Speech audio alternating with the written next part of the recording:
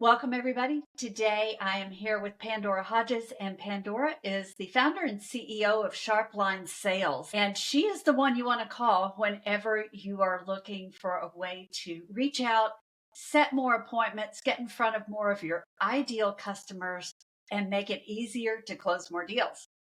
And today we're going to talk a little bit more about how to elevate your influence when it comes to attending conferences. Thank you, Elaine. Good to visit with you. One of the things I wanted to dive into today is the way people can elevate their influence by planning ahead to make the most out of their next conference experience. Now, we know Catherine Brown offers a couple of conferences in the year. One of them is Grow, and one of them is Sell Well. And if you're planning to come to either one, you'll find out really quickly that Catherine's conferences are a little different because she gives you opportunities to plan ahead and really make the most of that experience. So that's what Pandora and I are going to talk through today. Pandora, I know you and I had brainstormed some and talked about all the different ways that we're trying to make sure people are prepared. What are a couple of those that come to mind for you? Well, one of the things that I like to do is to make sure I have created a message about my firm and myself and some very salient points that I can put in front of other people to help them remember us. Because you really focus a lot on referrals, and so does Catherine. Catherine's very hyper focused on how to build your referral networks. I've found that to be one of the things that you do really well. Thanks. Yeah, I think it's really important to make sure you know ahead of time when you go to a conference how you're going to share who your company is, who you serve, and who you partner with.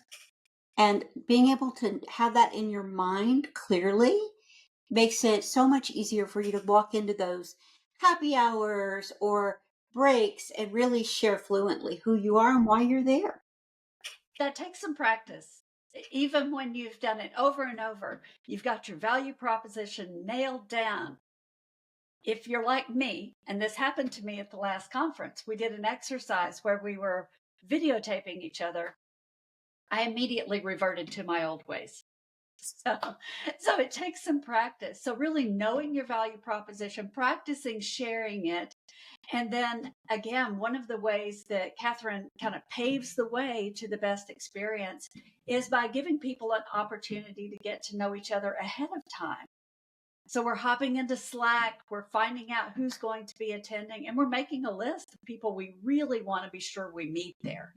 Is there anything else that comes to mind for you that you're doing ahead of time? I love that you bring that up because when you're given an opportunity to meet people ahead of time, you get to pick and choose who the right fit for you is.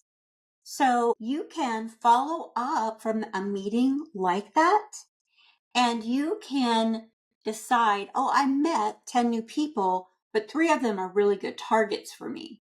I can make sure they know how to get a hold of me, have an easy way to get a hold of me, and it gives me an opportunity to reach out to them and say, I would love to follow up with you. What's the best way to get on your calendar? Yeah. And another thing I've seen you do, and you're getting ready to present about this to the Tech Collaborative. And for those who don't know, the Tech Collaborative is one of Catherine's grow groups. It's within the Good Humans Growth Network. And so go ahead and tell us a little bit about the Tech Collaborative, and then tell us what you're going to be teaching that group later on. The Tech Collaborative is one of the most unique groups I've had the privilege of participating with. They are primarily people who are involved with developing, selling, or reselling technology. Many of them are software as a service. Some of them provide contract technical help to other companies. But these are people that have known each other for a while and have shared business. So while they have shared business with one another, they don't have a methodology for it. So what I wanted to do was to just do a little short 10-minute training on something that they could put together that they could share with new members as they come into Tech Collab, or to keep up with people that they've been partnering with for a long time to keep their messages for each other fresh. Because they add new services, they add new pieces of software. And so, what we want them to do is to always be fresh and current for people they're already referring with and to, but also to be able to quickly bring a new member up to speed to participate in the same way. That's awesome. And you put together a worksheet for this, right? To kind of guide people step by step. I did, because I think it's really not as hard as people think it is. Um, so I created a fillable PDF that will be available to you that is a reflection of this. But basically, at the very top, it has a value proposition. And most of you should have many of those in your pocket by now. And if you don't, there are some wonderful people like John Way, for example, who actually conduct classes on how to create your value propositions. Or maybe you just need to refresh them. But the very top thing is we talk all the time about don't start talking about yourself. Talk about the person you're getting to know. For example, we do cold calling and appointment setting as a piece of our business. Our value proposition for something like this might say many sales leaders today find themselves without enough staff or staff with the right training to effectively reach new audiences. Sharpline steps in by providing skilled sales strategists and cold callers specifically to train to target their customers' prospects. This allows our clients to expand their reach and focus on closing deals while we handle that initial outreach. So think about all of the value propositions that you've created and select the one that is best for the audience you're going to be working with. And that goes at the very top of your sheet of paper.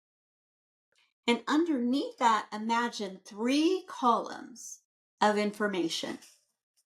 And those columns, the first column is our services. And on the worksheet that you can request, you can actually go down and see bulleted every service offering that Sharpline owns. And you would put the services that you provide.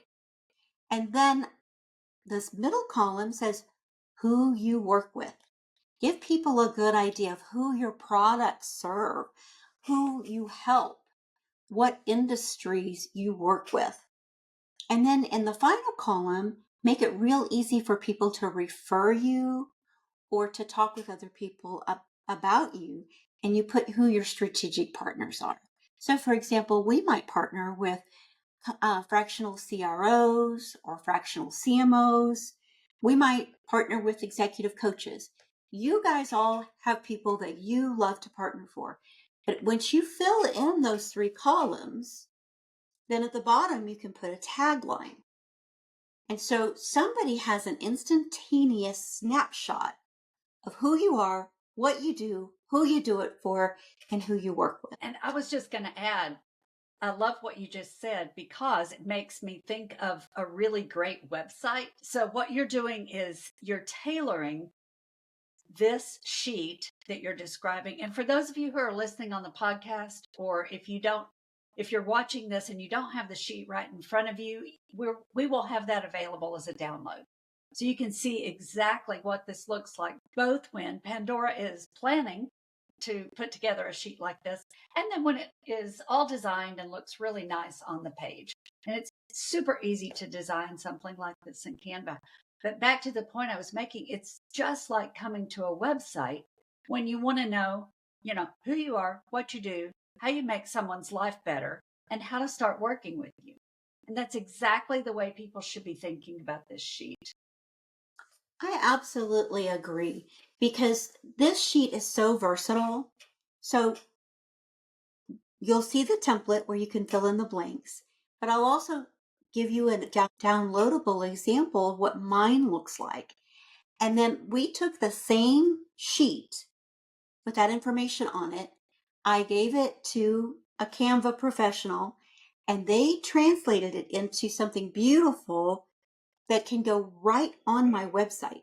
So you don't have to remember this. You don't have to hang on to it. You can just go to my website. You can click on a button at the top and it'll take you right down to this beautiful branded page that tells someone the same information. And it has a third use. You can take that Canva PDF and you can print it. So the next time you go to a conference, you have it in your hand and you start talking to someone and you can say, here, just in case you would like to remember. And so you get 3 uses out of this wonderful document. You're prepared. You have a message you can hand to someone else. You can update your website and you have something you can take to a conference and share. I love all of that. And maybe this is a really good time just to remind people why referrals are such a great way to go in building your business. I mean, what is your number one reason to go with paying attention to building your referral network? When you have referral partners, it really is like making more than one of yourself. Because if you groom that relationship and you invest in that person, they're going to represent you in the way that you've taught them. So I don't have to be with all of the people they know for their friends and other contacts and people they've met in other referral groups to get to know me. My referral partner now knows me as well as I know myself. Yeah. The other thing, I just want to encourage you, think about this. When you join a referral group, you have really good reason for that. You know that the best business and the lowest cost of sales is referrals. But it takes time to build those relationships and to learn about them. The reason I like this worksheet is I can go into a group that is new to me. And if I follow this template, I'm going to be able to share who I am, and people are going to come to know me and be able to refer me quickly. So I am taking that time and I'm shrinking it so that the time from joining a group to getting active referrals out of a group is significantly compressed. The other thing it lets me do is if I have that template in front of me, I am positioned to make myself the best referral partner in the world for someone else because I ask them those same questions about their business. So it's so exciting to walk away and say, oh my gosh, I just met Elaine Acker. And did you know she has like these 5 services that sound like they would be perfect for you? If I had not written that down, it might get muddled with the next person I talk to. So not only do I educate you, if I meet you on who I am and what I do, I educate myself and make myself a better referral partner for you. I'm going to give you one example of something that just happened to me. There was a gentleman who, talking about building those relationships and how over time you get to know someone better and you're fully equipped to refer them. I met a gentleman on Slack ahead of time before the last Sellwell conference. We met in person at Sellwell, and then we both had a chance to go to dinner together with a larger group. And during the course of that conversation, I really had this, it clicked. And I thought, oh, I need to introduce him to this friend of mine. And as it turns out, he helps prepare companies to sell. Well, I want my friend to have the best care and the best solution for that. So I'm going to refer him. And so that just happened. But I think that it's super important to, as you're preparing your value prop and you're pulling together this sheet that you recommended, how are you going to make it super easy for them to get in touch with you? So what are some ways that they can make that as quick and easy as possible? I love it when you take that link from your calendaring application. I use Calendly, and you create a QR code. And you can put that QR code on your handout. You can put it on your PowerPoint presentation if you're speaking at a conference. You can also put it on your website. So you need an electronic mechanism, but you also need a really quick way that they can grab your contact information without them having to write anything down. Pandora, I've heard you talk about a number of different types of value propositions. So when you say people need multiple versions of their value prop, what are you thinking? I think there's two things to keep in mind. One is you need to think about who your audience is. So, for example, I might phrase my value proposition differently if I were speaking to a CIO than if I were talking to a CFO because their pain points are different. So, depending on who you're talking to, you will talk about the pain point of the person you're talking to. But the other thing, actually, you taught me, Elaine, that is so helpful is to think about where you are and how much time you have. For example, you might be standing up introducing yourself on a panel, and you would use something that would sound like you were expecting a newscaster to have asked you the question. It's a little more formal. But then, how many times do we introduce ourselves with a cocktail in our hand at a party? So that might be more like a story, and it would be a little shorter, and it would be very friendly. It might even be funny. You know, the time when the guy said, "Well, I fixed that." Then you also need to have a really short version. That's when you want something very short, it needs to be pithy or witty. So I think that's an important one to have. And then just have strategic versions versus really structured versions. So you're going to have different messages to different titles or audiences. But once you have that message, you have to be able to present it like you're talking on the news, like you have a cocktail in your hand, like you wanted to say something humorous and short in the elevator that says, when that happens, I'm that guy. The So literal elevator pitch. a literal elevator pitch. So who are you talking to and what's their pain point? And we help people at Sharpline get a better value out of their conference dollars by helping them plan a strategic method to follow up after the conference. You're going to go back to work and you are going to have missed some time.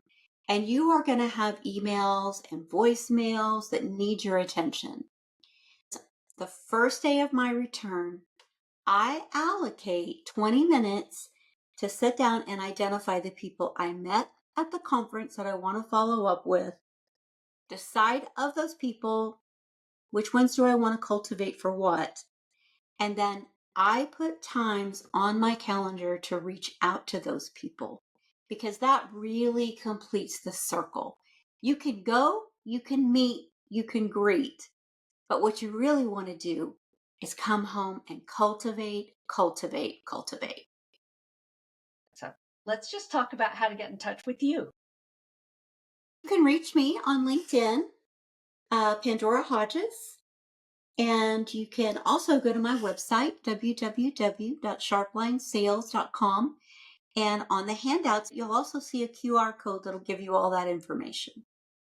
All right, we're going to make sure you can download everything that Pandora just talked about so you can follow the pattern for yourself. And that will be one way you can take action right now to elevate your influence and expand your network.